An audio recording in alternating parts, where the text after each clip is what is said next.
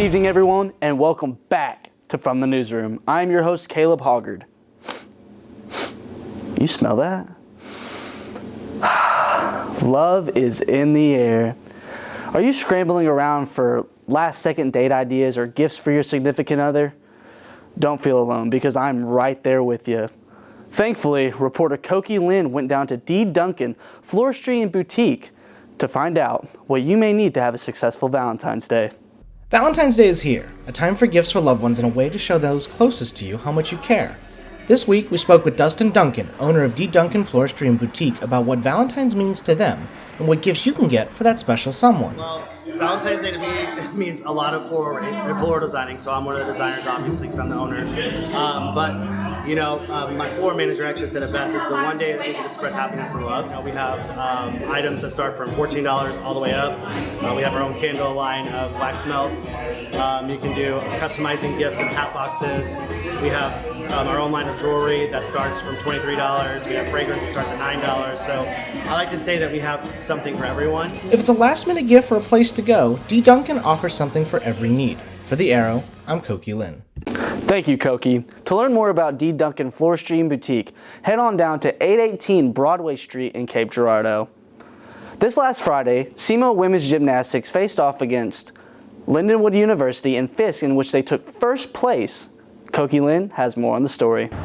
We're right outside of the Houck Field House, where tonight the women's SEMO Gymnastics team took home gold against Lindenwood University and Fisk. We talked to head coach Ashley Lawson about where their team's going and what to expect in the future. Start on a high and then kind of have a lull and then to build and finish on a high note also, and then have the win obviously is just the icing on the cake. So there's definitely more in the tank, but we're proud of what they did.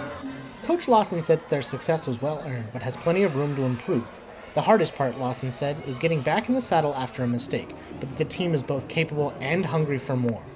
With a final score of 194.5, the team's overall performance made it clear that their season is just getting started, and this victory is one more on a long road of success.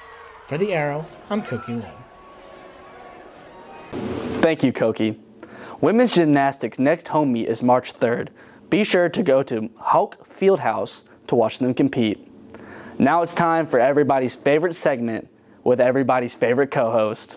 Let's pan over to Nathan Gladden for this week's Weekly Roundup. Welcome back to the Weekly Roundup, where we recap some of the most prevalent news stories taking place on and off campus.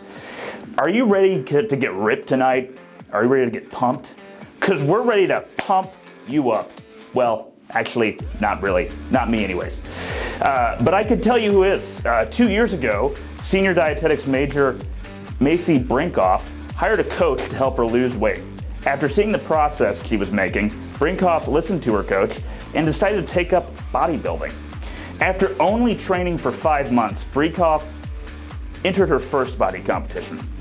Kate Hausman talked with Brinkoff about her journey it has been for her and her bodybuilding experience. For more on the story, click on the link below.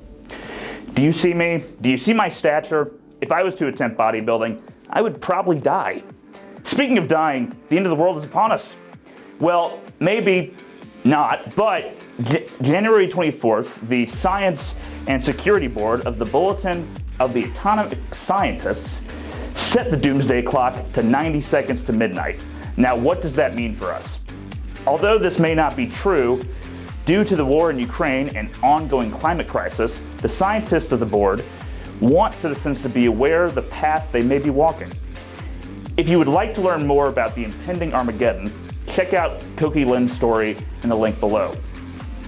All of this sad, scary is definitely wanting me to just let it go. Yes, that's a Frozen reference, but a meaningful one. Disney has announced the development of Frozen 3, Toy Story 5, and Zootopia 2, to name a few. So, cheers to making it to 2024. I hope to see you all then, but instead, you'll continue to see me on the next week's Weekly Roundup. This is Nathan Gladden with your Weekly Roundup. Back to you, Caleb. It's always so inspirational listening to that man speak. Well, everyone, thank you for joining us for another edition of From the Newsroom. Be sure to check into next week's broadcast as, who wouldn't want to? As always, I'm your host, Caleb Hoggard. Good night, Cape Girardeau.